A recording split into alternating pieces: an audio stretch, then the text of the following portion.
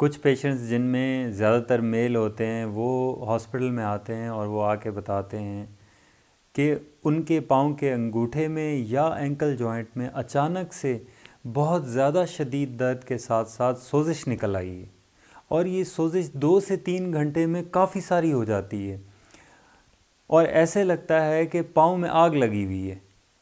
جب ایسے پیشنٹ کا آپ معائنہ کرو گے تو متاثرہ پاؤں پہ وزن ڈال کے چل کے دکھانا تو دور کی بات، یہ آپ کو اس ایریا پہ ہاتھ تک نہیں لگانے دیں گے، اتنی شدید پین ہوتی ہے۔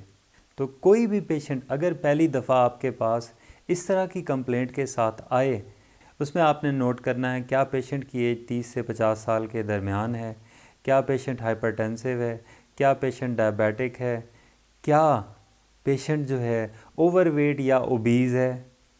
اگر تو پیشنٹ ڈائبیٹک بھی ہے، ہائپر ٹینسو بھی ہے، اوور ویٹ یا اس میں تھوڑا سا پیٹ بھی نکلا ہوا ہے، یا کوئی کڈنی سٹون کی بھی ہسٹری ہے، تو ایسے پیشنٹس کا آپ نے معائنہ کرنے کے بعد ان کا سیرم یورک ایسڈ لازمی چیک کروانا ہے۔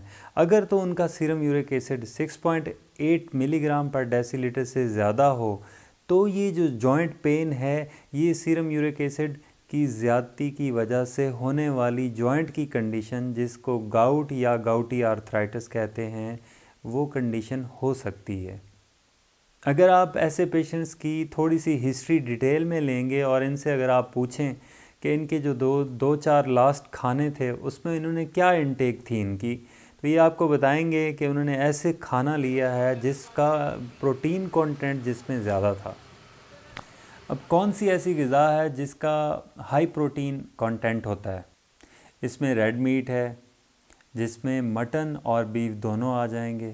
اس کے علاوہ کلیجی ہے، سری پائے ہے، مغز ہے، اوجری ہے، ہر قسم کی دالیں ہیں، چنے ہیں، مشروم ہے، سی فوڈ میں فش ہے، جھینگا ہے۔ سبزیوں کی بات کریں تو جتنی گرین لیفی ویجیٹیبلز ہیں جیسے پالک ہے، بروکلی ہے۔ ڈرنکس کی بات کریں تو الکوہل ہے۔ اس کے علاوہ کولڈ ڈرنکس ہیں، سوڈا ہے، بازاری جوسز ہیں۔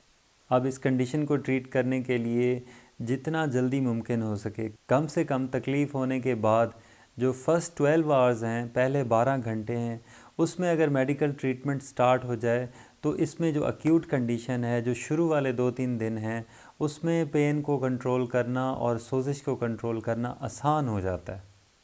اس کے علاوہ واٹر انٹیک بڑھانی ہوتی ہے، کیونکہ موسٹلی اس طرح کی جوائنٹ پین والے کیسز جو ہیں وہ ڈی ہائیڈریٹڈ ہوتے ہیں۔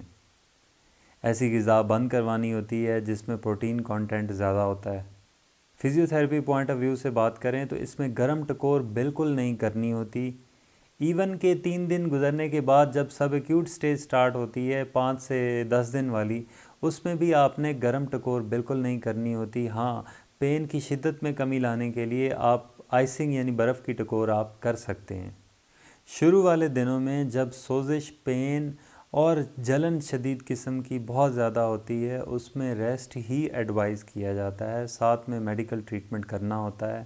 یاد رکھیں کہ اس کنڈیشن میں مساج بالکل نہیں کرنا ہوتا۔